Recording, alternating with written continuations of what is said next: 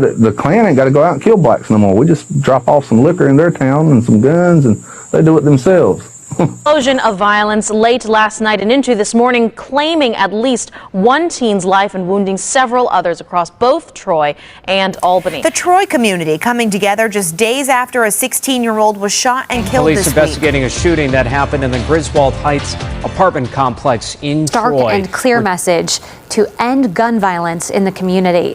CBS 6's Brandon Supardi hears from family members who've lost loved ones to gun violence and the solutions now being proposed to stop it. For black and brown people who live in the inner cities, violence is a real and serious problem that is getting too normalized. But why is there so much violence in our communities? According to one report, poverty has been linked to violence in a number of ways. Most scholars, as well as laypersons, believe that those who live in poverty more frequently engage in acts of violence as a consequence of conditions that they are subjected to.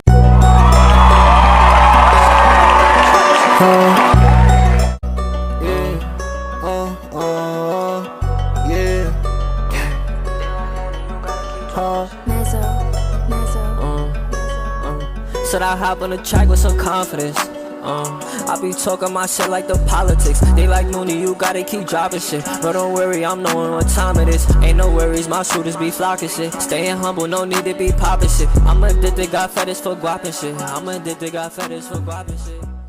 As you saw from the intro, today I'm going to hint on this topic of gun violence in black and brown communities, but I'm going to tell you the truth about it. Others only hint at the truth because the reality of the situation is too much for most people to handle.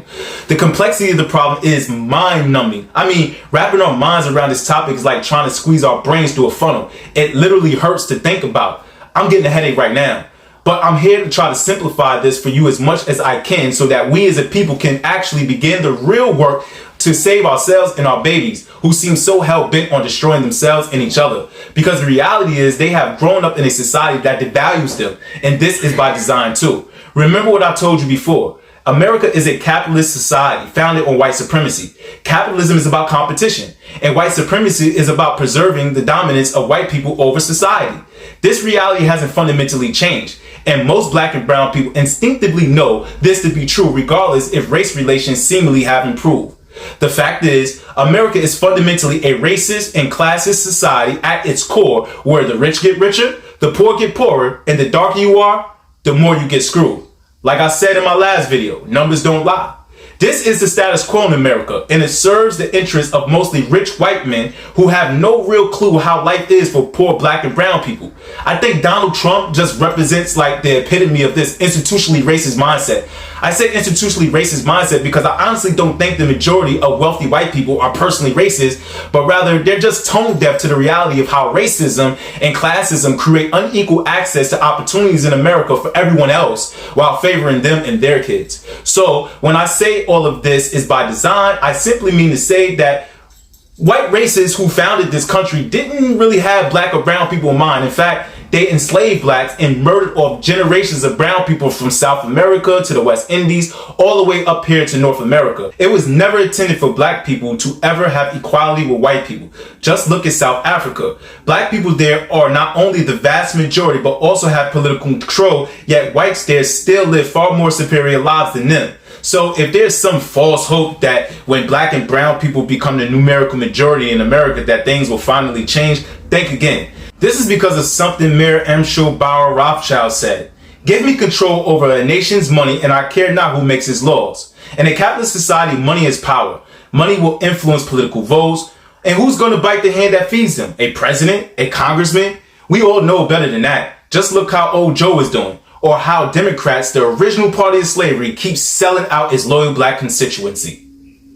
But before we get into that, we still have to tie this into our subject matter at hand, gun violence in black and brown communities. How is capitalism and white supremacy responsible for this?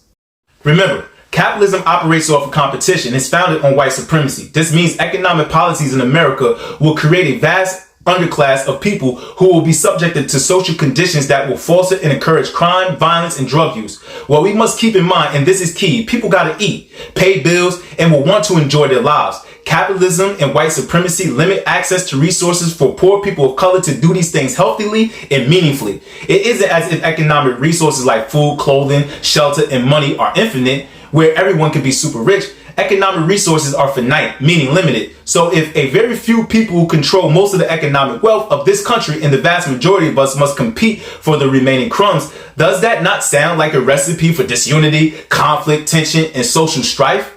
Okay, here's where it gets sort of complicated. Economic conditions influence social outcomes. To put it simply, if you raise a bunch of hungry dogs in a cage with only a few scraps of meat, they will fight and rip each other apart. But if these same dogs are raised well fed and they have enough to eat, they'll get along. Now, I'm not trying to say we black and brown people are dogs, but the basic point is that human beings are still fundamentally at our base level animals. And if we are starving but only have access to limited resources, we will war with those in the same social environment as us, especially without proper education.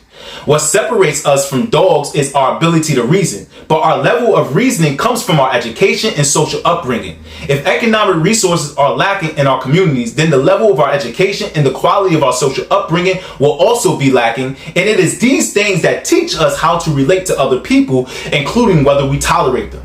Our level of education and social upbringing dictate what we see as disrespect and what we see as we're fighting and killing over. To sum up, what I am saying simply is this: the concentration of wealth and power in the hands of a few rich white people is a central cause of gun violence in poor communities in general and in poor black and brown communities in particular. So the obvious solution would be a redistribution of wealth and power in America, but this isn't likely to happen without some sort of revolution. In my next video, I will explain the sort of revolution that will work. I call it conscious money, which is a new kind of revolution that focuses on showing black and brown people how to work together to achieve collective financial power. So make sure you hit that subscribe and notification button and like this video, please. Also share your thoughts in the comment sections, please. I want to know what you're thinking. Let's have a conversation. Do you agree, disagree? Let me know your thoughts. Peace. Staying humble, no need to be poppin' shit. I'm addicted, got fetish for guap and shit. I'm addicted, got fetish for guap and shit.